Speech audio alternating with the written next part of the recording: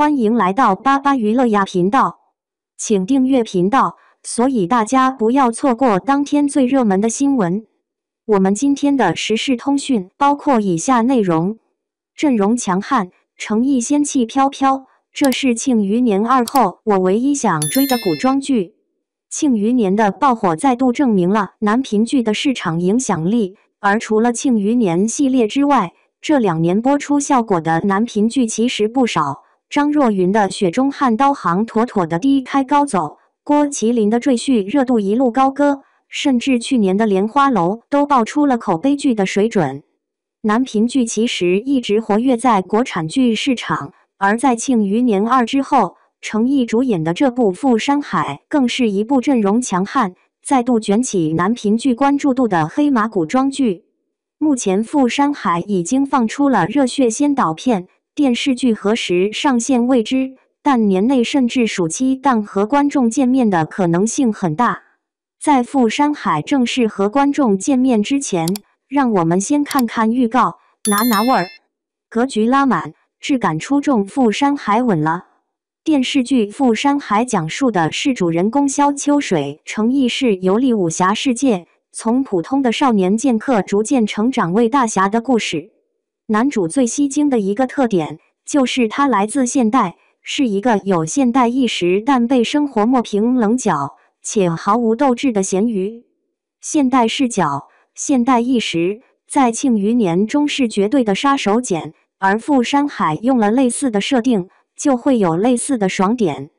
在剧情给力的情况下，富山海还真有可能成为一部对标庆余年系列的作品。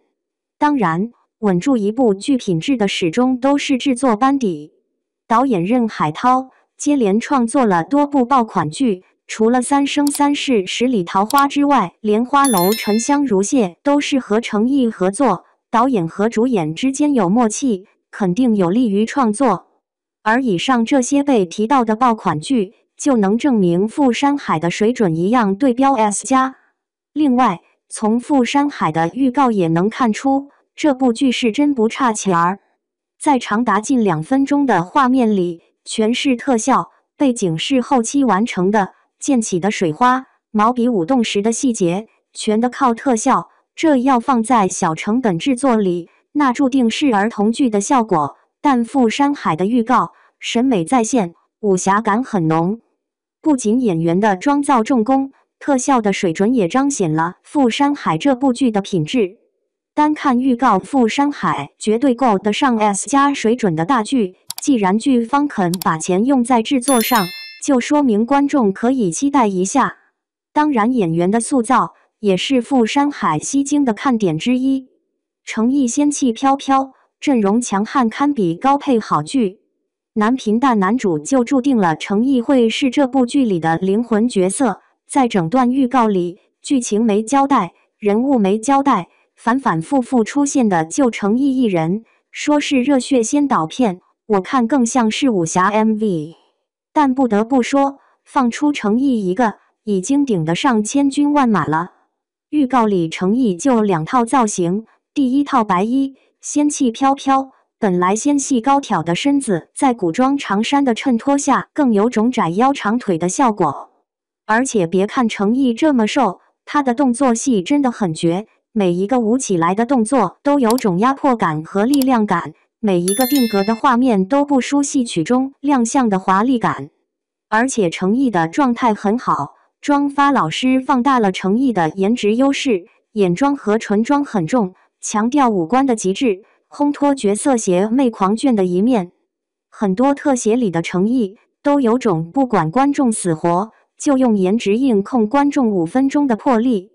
后半段，程毅换上了一身黑化的古装，整个妆面和造型更加贴合。除了此前的仙气飘飘之外，后期的程毅有种野性、兽化的原始魅力，这种性张力让大男主更具吸睛力。而且看过《莲花楼》的观众对程毅的打戏一定不陌生，随便截取一段都是能让看的人双眼放光的程度。一想到富山海是武侠剧，少不了打戏，我就觉得观众这次真的要吃上戏糠了。当然，除了程毅这位大男主之外，傅山海的演员配置相当豪华。女主古力娜扎颜值那是内娱顶配，自这2年在红毯上发力之后，娜扎的美貌真有种大材小用的感觉。这次好不容易遇到一部好配置、好班底，娜扎是时候抓住机会了。至于陈钰琪，同样是演技和美貌兼具的女神人物。自《倚天屠龙记》和《香蜜沉沉烬如霜》之后，陈钰琪的女主剧不少，但是资源的质量不高。虽然这次出演傅山海不是一番女主，但说实话，男频剧里的女性角色有时候要比狗血恋爱剧里的女主吃香得多。《庆余年》里的李沁、宋轶就是最好的证明。男2号徐振轩人气不算高，但是长相硬朗，外形就很有观众缘。在傅山海之前，徐振轩也出演了一些小制作，对观众而言就是一个陌生的面孔。在审美疲劳越来越严重的娱乐圈，新人更容易得到观众的包容，徐振轩也绝对是潜力黑马。另外，已经跟了程毅不少剧组的女配角刘梦瑞也出演了傅山海。此前，刘梦瑞塑造了《琉璃》中的玉儿，《莲花楼》中的昭灵公主。虽然戏份不多，但是她灵动活泼的长相、灵气十足的演技还是很讨喜的。这次再度搭档程毅，目测番位靠前，戏份更重。要是能吃到角色和作品的红利，大有可能小火出圈。总的来看，傅山海这部剧的大男主气质很浓，演员虽然都是青年演员，但前3番全是知名一线，从人气到热度都能给电视剧最大的加持。而傅山海唯一需要担心的只有一点，那就是剧本。男频剧最重要的一点就是剧本扎实，《莲花楼》的出圈，《庆余年》的爆火离不开演员的塑造，但更离不开的剧本。